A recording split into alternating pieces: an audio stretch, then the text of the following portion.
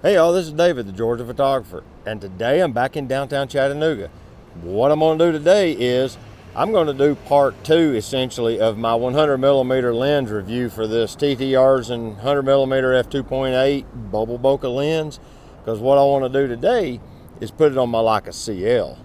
Now, that's going to change things up a little bit. What that's going to give me essentially is a 150mm field of view kind of perspective, since this is a crop centric camera.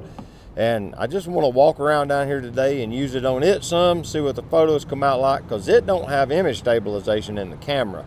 So it'll be up to me to manage the stabilization. I normally shoot these 35s and 17s and things like that, and you can kind of cheat death with a wider angle than you can with 100. Curious to see how this comes out today, because this lens looks to be really promising, and I'm really wanting to see how it performs. I may try to get a little bit of street photography. There's a lot of people moving around today, so I may be able to do some kind of photo sniping. I guess, 150mm is pretty long, so I've got it on the M adapter L from Leica so that I can mount it to the CL, because the lens is M mount and my camera's L mount. We'll get this party going.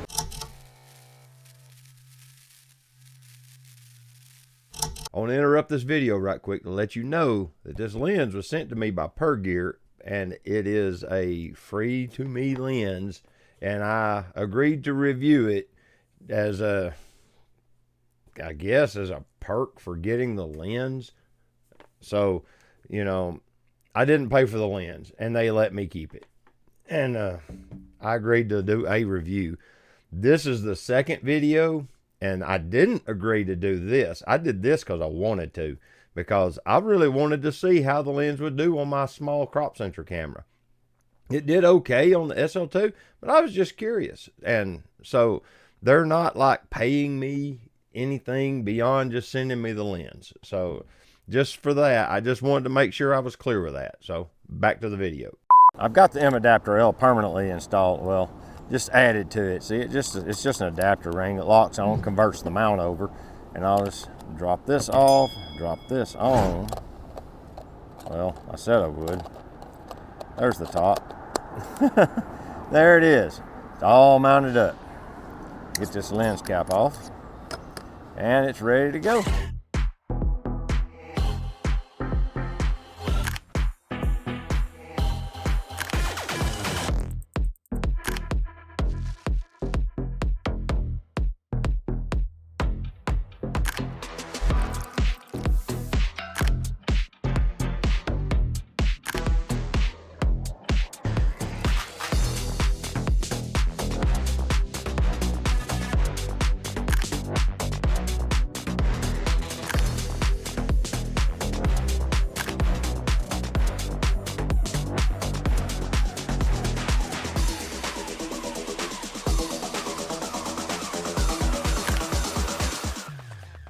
Pretty good walk.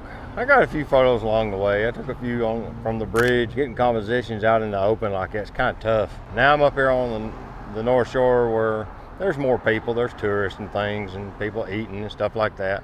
So I'm gonna make my way up to the Walnut Street Bridge and kind of make my way back across the river on that bridge. And then I don't know where I'll go from there, but we'll see what we can do with it. Okay, I just took a couple of photos of right over there, and I'm gonna pace it off to get a interesting composition in a street scene. For me, I need to be the following number of paces away from the scene. 1, 2, 3, 4, 5, 6, 8, 9, 10, 11, 12, 14, 19, 20, 1, 2, 3, 4, 25.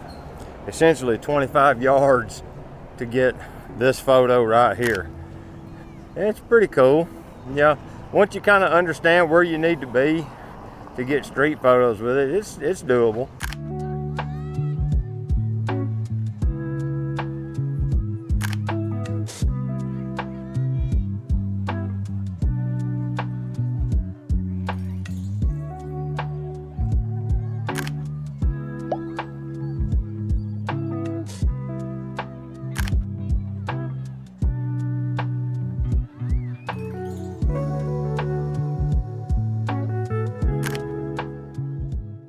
I'm gonna be honest with you, for the kind of shooting I do, it seems to work better on the CL. I don't know what it is, but that 100mm range is like a dead zone for me or something. But 150, I can work with it. I figured it out. I don't know what the difference is, but get out here in the middle a little bit so I don't run into people walking and running.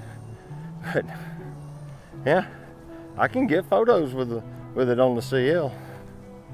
I don't know if it's because I've shot this camera a lot more with manual glass, so I'm more in tune with the controls and how to manipulate the camera with manual glass on it. It could be any number of things, but I like it on this camera. I actually like it a lot. It's kind of odd, but I can find interesting compositions that I wouldn't have normally thought of.